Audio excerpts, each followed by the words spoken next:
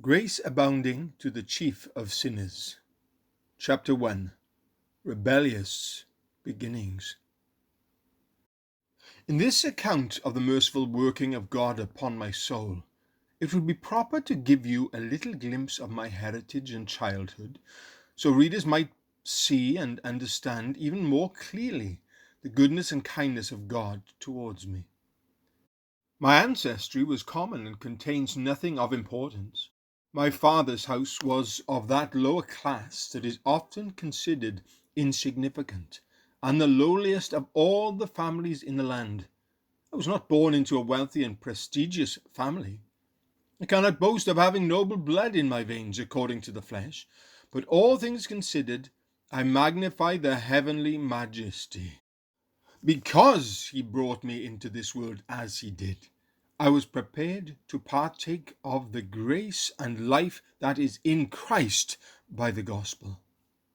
Notwithstanding the poverty and seeming insignificance of my parents, it pleased God to put into their hearts to send me to a school to learn to read and write, which I did in the same level of other poor men's children. To my shame, I confess that I soon almost entirely forgot the little I learned, and that was long before the Lord worked his gracious work of conversion upon my soul.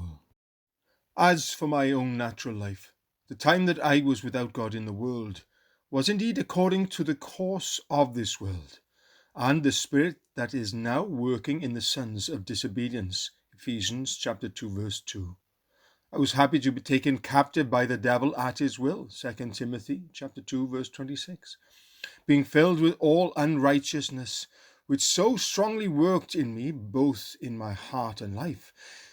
Even when I was a child, there were not many people, especially among the youth, who were my equals in cursing, swearing, lying, and blaspheming the holy name of God. Yes, I was so established and rooted in these things that they became second nature to me.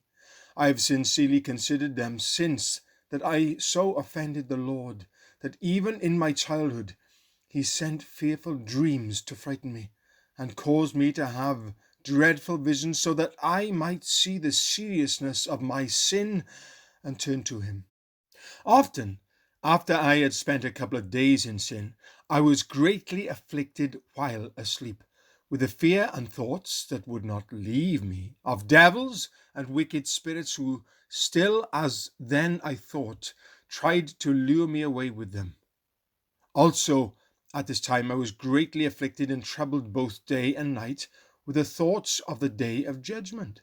I trembled at the thoughts of the fearful moments of hellfire, fearing that I would end up among those devils and hellish spirits who are bound there with the chains and bonds of eternal darkness for the judgment of the great day.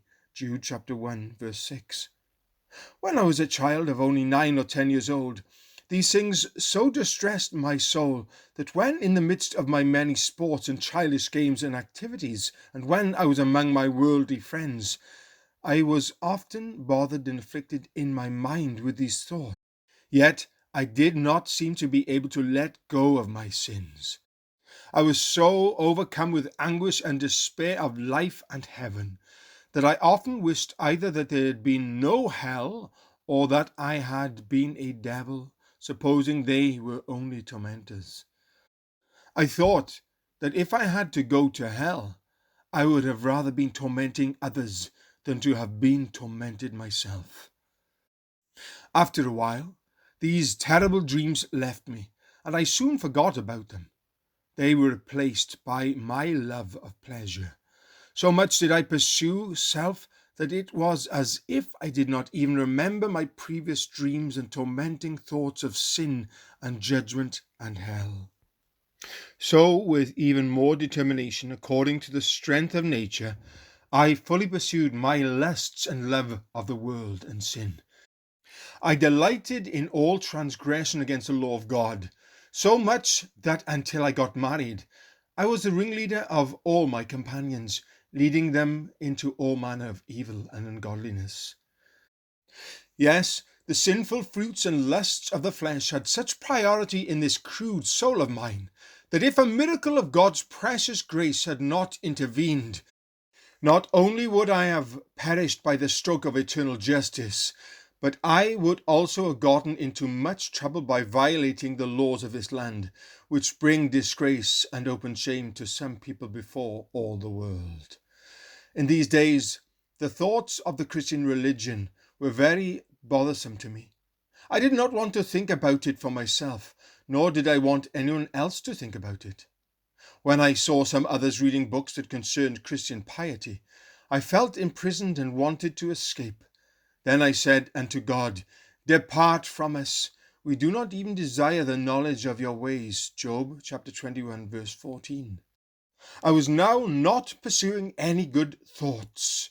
Heaven and hell were both out of sight and mind, and as for saving and damning, they were least in my thoughts. God was not in my thoughts, but I was in his.